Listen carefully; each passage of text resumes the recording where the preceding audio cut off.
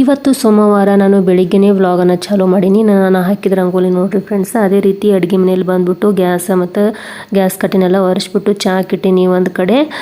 ನಾನು ಇವತ್ತು ಸ್ವಲ್ಪ ಜಲ್ದಿನೇ ಎದ್ನೆ ಫ್ರೆಂಡ್ಸ್, ಯಾಕಂದ್ರೆ ಮೊಸರು ಮಾರೋದಿತ್ತು. ಬಾಡಿನ ಕಟ್ಟಿಗೆ ಹೋಗಿ ಹಂಗಾಗಿ ಮೊಸರು ಮಾರಿ ಬಂದೆ.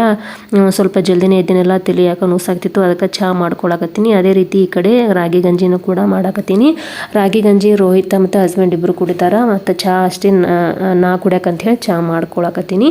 ಅದೇ ರೀತಿ ಸಿಂಕಲ್ಲಿ ನೋಡ್ತಿರ್ಬೋದು ಯಾವುದೇ ರೀತಿ ಬಾಂಡೆಗಳಿಲ್ಲ. ಬೆಳಿಗ್ಗೆ ಜಲ್ದಿ ಎದ್ದಿದ್ನಲ್ಲ ಫ್ರೆಂಡ್ಸ್, 6 ಗಂಟೆ ಅನ್ನೋದ್ರಾಗ ಮೊಸರು ಮಾರಿ ಬಂದೆ. ಮತ್ತು ಬಂದ ಕೂಡಲೇ ಸೀದಾ ಸಿಂಕಲ್ ಬಾಂಡೆಗಳಿದ್ದು ಅವಕ್ಕನ್ನೆಲ್ಲ ತಿಕ್ಬಿಟ್ಟು ಎಲ್ಲ ಗ್ಯಾಸ್ ಕಟ್ಟಿನೆಲ್ಲ ಒರೆಸ್ಕೊಂಡೆ. ಇವಾಗ ನೋಡ್ತಿರ್ಬೋದು ಫ್ರೆಂಡ್ಸ್, ಟೈಮ್ 6 ಗಂಟೆ 10 ನಿಮಿಷ ಆಗ್ಯದ.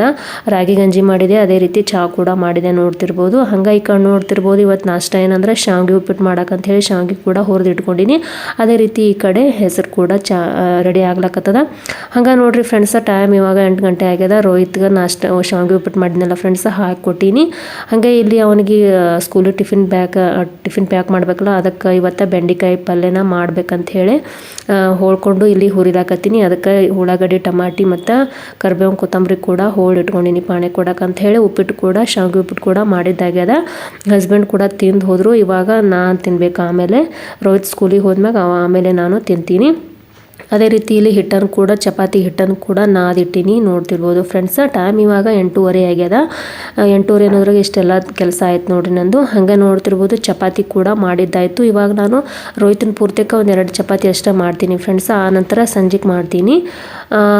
ಇದು ಚಪಾತಿ ಎಲ್ಲ ಮಾಡಿದ್ದಾದ್ಮ್ಯಾಗ ಇವಾಗ ನೋಡ್ತಿರ್ಬೋದು ದೇವ್ರ ಪೂಜೆ ಮಾಡಾಕತ್ತೀನಿ. ಬೆಳಿಗ್ಗೆನೇ ದೇವ್ರ ಪೂಜೆ ಜಳಕ ಮಾಡಿ ದೇವ್ರ ಪೂಜೆ ಮಾಡ್ಕೊತ ಕೂತ್ನಂದ್ರೆ ಲೇಟ್ ಆಗುತ್ತೆ ಅಂತ ಹೇಳಿ ರೋಹಿತದ ಏನು ಕೆಲಸ ಅದನ್ನೆಲ್ಲ ಮಾಡಿಬಿಟ್ಟು ಆ ನಂತರ ನಾನು ನಿಧಾನಕ್ಕೆ ದೇವ್ರ ಪೂಜೆ ಮಾಡ್ಲಾಕತ್ತೀನಿ ನೋಡ್ತಿರ್ಬೋದು. ಯಾಕಂದ್ರೆ ದೇವ್ರ ಪೂಜೆ ಮಾಡೋದು ಸ್ವಲ್ಪ ಲೇಟ್ ಆಗುತ್ತಲ್ಲ ಫ್ರೆಂಡ್ಸ್.